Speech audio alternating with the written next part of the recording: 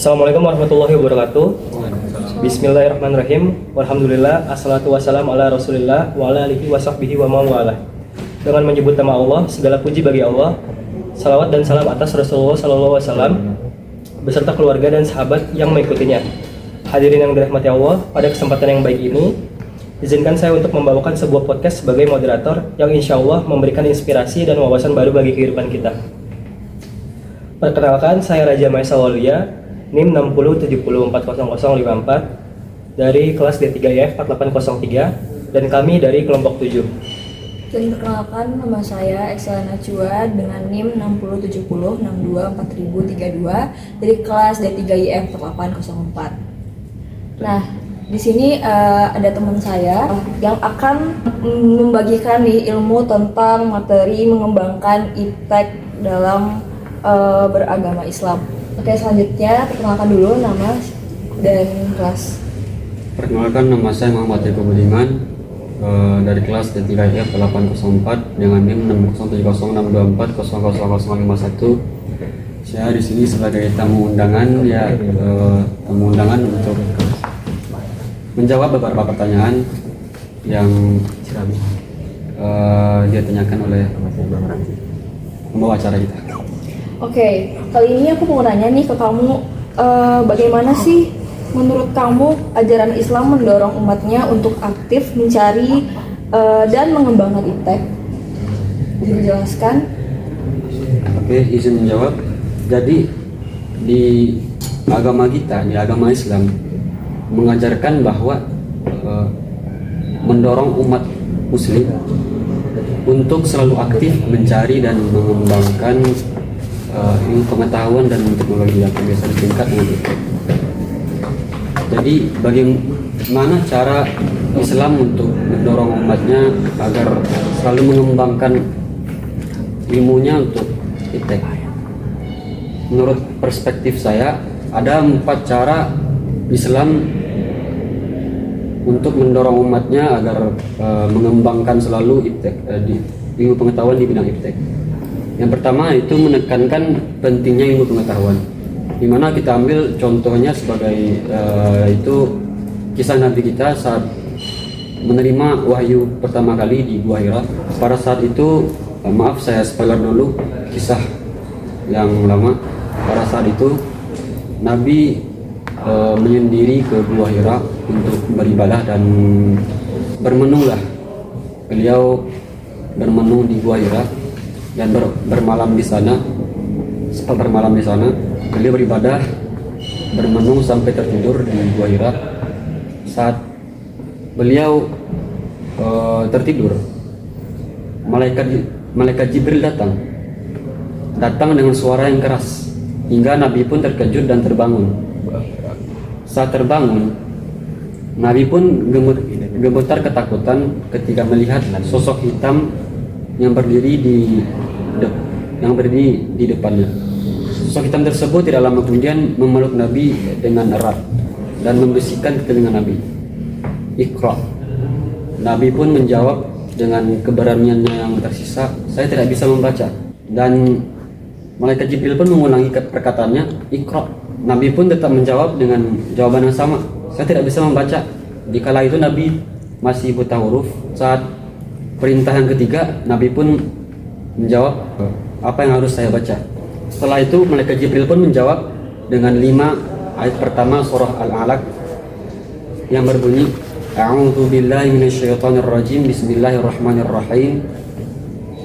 Iqra bismi rabbikal ladzi khalaq." Bacalah dengan menyebut nama Tuhanmu yang menciptakanmu. Khalaqal insana min 'alaq. Dia menciptakan manusia dari segumpalan darah. Alladzi 'allama bil qalam. Dia mengajarkan manusia dengan pena.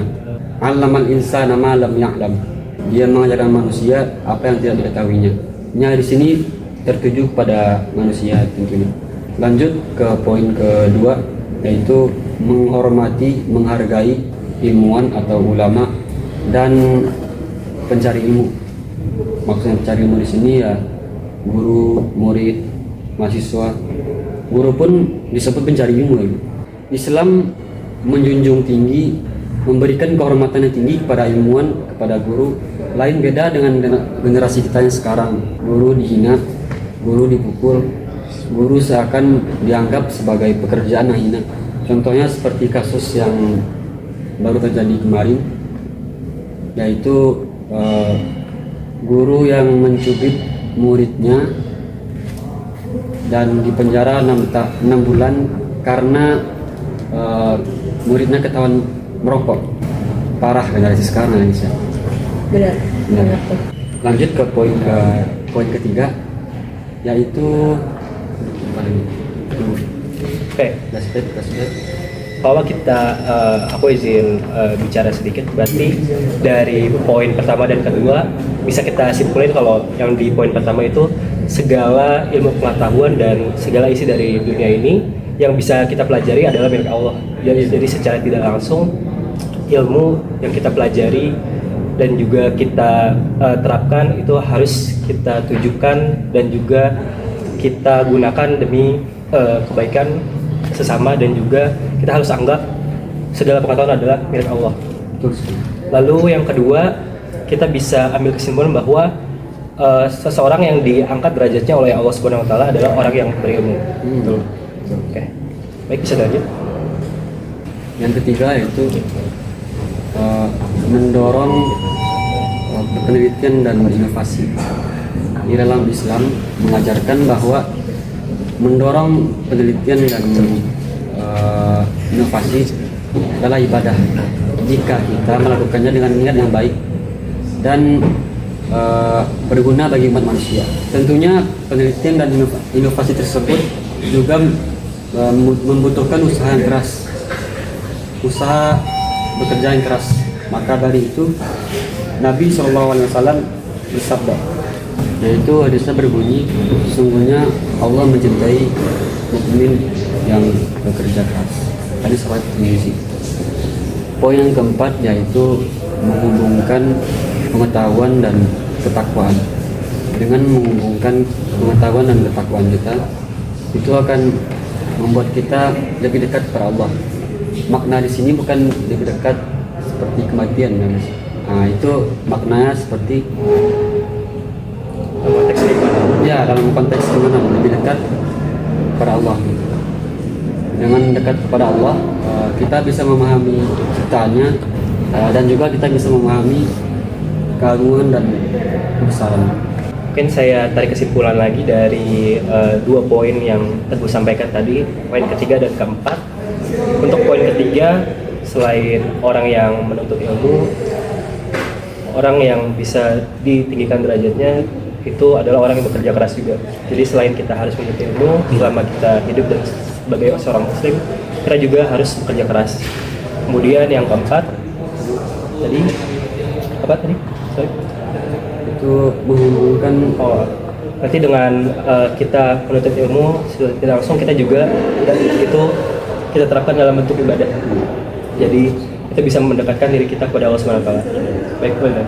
Oke, jadi menurut kamu itu sangat penting banget dalam adanya iptek ya dalam kehidupan beragama Islam. ya, Oke, dan juga dari kesimpulan yang kamu sampaikan, menuntut ilmu itu juga merupakan suatu ibadah yang Allah anjurkan pada umatnya. ya betul.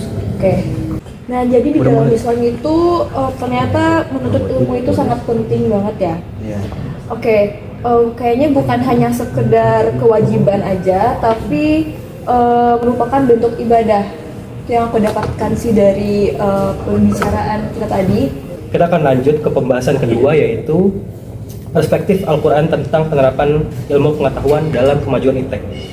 Nah, aku mau nanya ke kamu, menurut kamu nih, bagaimana Al-Quran memandang pentingnya ilmu pengetahuan dalam kehidupan manusia dan kemajuan iptek? Pandangan Al-Quran terhadap kemajuan iptek para manusia itu ya majunya iptek, maka Islam pun juga berkembang. Seperti bertambah majunya iptek, cara memperluas agama Islam itu semakin mudah. Seperti kita bisa berdakwah melalui media sosial Benar sih. dan Di sini pun tertulis di dalam Al-Quran, Quran surah Yunus ayat 1 yang berbunyi, A'udzubillahi minasyaitonirrajim, Bismillahirrahmanirrahim. Qul inzuru madza fis samawati wal ardh wa ma tughnil ayat wan nuduru an qaumin la yu'minun. Yang artinya, katakanlah, perhatikanlah apa yang ada di langit dan di bumi. Tidaklah bermanfaat tanda kebesaran Allah dan rasul-rasul memberi peringatan bagi orang yang tidak beriman. Jadi kesimpulan dari surah Yunus ayat 1 tadi menjelaskan bahwa Al-Quran mendukung manusia untuk menuntut ilmu, menambah relasi dengan berbagai ciptaan Allah yang ada di dunia ini. Baik, jadi dengan kedudukan iptek dan kemajuan iptek di saat ini bisa menjadi media kita untuk selain menuntut ilmu juga sebagai media dakwah. Seperti yang disebutkan tadi, kita bisa berdakwah melalui teknologi di media sosial dan juga dapat berbagi ilmu dan juga mendapat relasi bersama muslim-muslim lain dengan kemajuan iptek. Oke, sekarang kita lanjut ke pembahasan terakhir, yaitu tantangan dan etika dalam menuntut ilmu dalam kemajuan iptek. Nah, kira-kira Teguh, bagaimana sih umat Islam dapat menjaga keseimbangan antara kemajuan iptek dan juga nilai-nilai agama dalam menuntut ilmu? Oke, izin menjawab. Jadi ada beberapa yang bisa dilakukan untuk menjaga karakteristik agar menjaga iptek selalu maju gitu. Yang pertama itu memanfaatkan iptek dengan bijak dan bertanggung jawab. Tidak seperti situasi sekarang yang dimana menggunakan teknologi secara ugal-ugalan, ya contohnya mohon maaf menggunakan teknologi sebagai sarana pelepas hawa nafsu dan juga ya sarana untuk berbuat kejahatan, itu disarankan untuk tidak dilakukan. Yang kedua, menjadikan syariat Islam sebagai standar pemanfaatan iptek. Yang ketiga, memperhatikan aspek kemanusiaan dan ihsan. Itu juga berlaku bagi orang-orang yang suka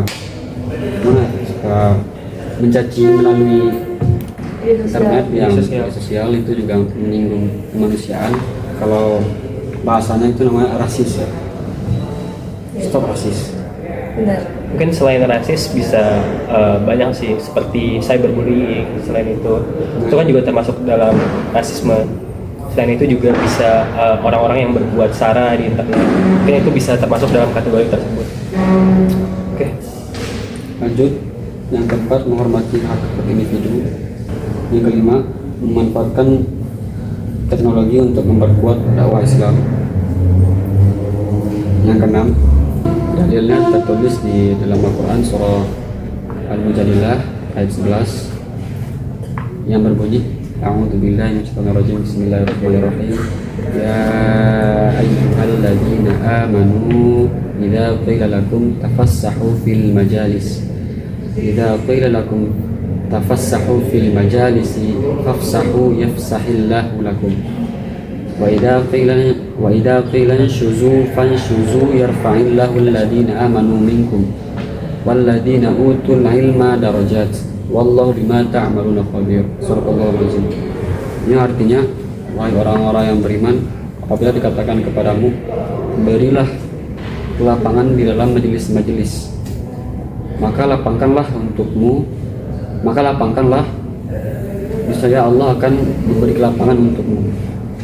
Dan apabila dikatakan berdirilah kamu, maka berdirilah, niscaya Allah akan mengangkat derajat orang-orang yang beriman di antaranya. Dan orang-orang yang diberi ilmu terhadap beberapa derajat, dan Allah Maha mengetahui terhadap apa yang kamu kerjakan. Dari surah ini kita ambil kesimpulan bahwa orang yang berilmu dan beriman, Allah akan menaikkan derajatnya. Allah akan menaikkan beberapa derajatnya. Jadi artinya walaupun kita berilmu, namun ilmu itu tidak diamalkan atau tidak diajarkan kepada orang lain, itu sama saja sia-sia. Mungkin bisa kita bahas dari poin cara-cara umat Islam dapat memanfaatkan iptek, cara-caranya. Nah, ada satu yang mau aku tanyain nih. Dari poin kedua, menjadikan syariah Islam sebagai standar pemanfaatan iptek. Nah, contoh kita menjadikan syariah Islam sebagai standar pemanfaatan iptek itu seperti apa sih? Seperti halnya kita memanfaatkan infocus dan mic lah. Menggunakan infocus sebagai sarana pembelajaran agama, mic sebagai penyebar azan, Saya takbiran, ya. bisa juga kita berdakwah melalui sosial media seperti yang dibahas tadi. Iya. Oke, jadi artinya walaupun kita berilmu, tetapi ilmunya tidak diamalkan kepada manusia atau muslim lain, itu sama saja perbuatan hal yang sia-sia. Oke, nah itu dia pembahasan kita hari ini tentang kedudukan iman dalam kemajuan iptek. Dari pembahasan tadi, maka dapat kita simpulkan bahwa jika Islam sangat mendorong umatnya untuk terus menuntut ilmu untuk kemajuan iptek, dan diharapkan ilmu tersebut dapat diamalkan sesuai dengan diperintahkan oleh Allah Subhanahu wa taala, benar begitu? Benar sekali.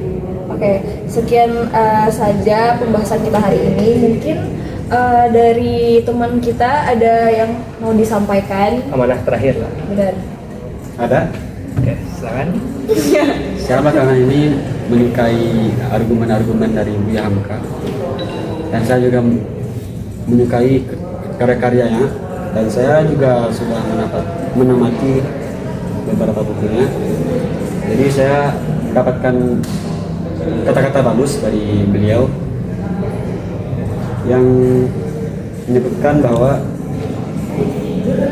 ilmu dan adab itu seperti akar dan pohon. Tanpa akar, pohon akan tumbang walaupun daunnya rindang dan buahnya banyak. Kenapa begitu? Jadi jika seseorang memiliki ilmu dan tidak beradab, ilmunya akan terbuang sia-sia. Kata-kata yang kedua, kecantikan dan ketampanan seseorang terletak pada keelokan adab dan ketinggian ilmunya, bukan dari penampilannya. Yang ketiga yaitu ilmu tanpa iman tanpa ilmu bagaikan lentera di tangan bayi.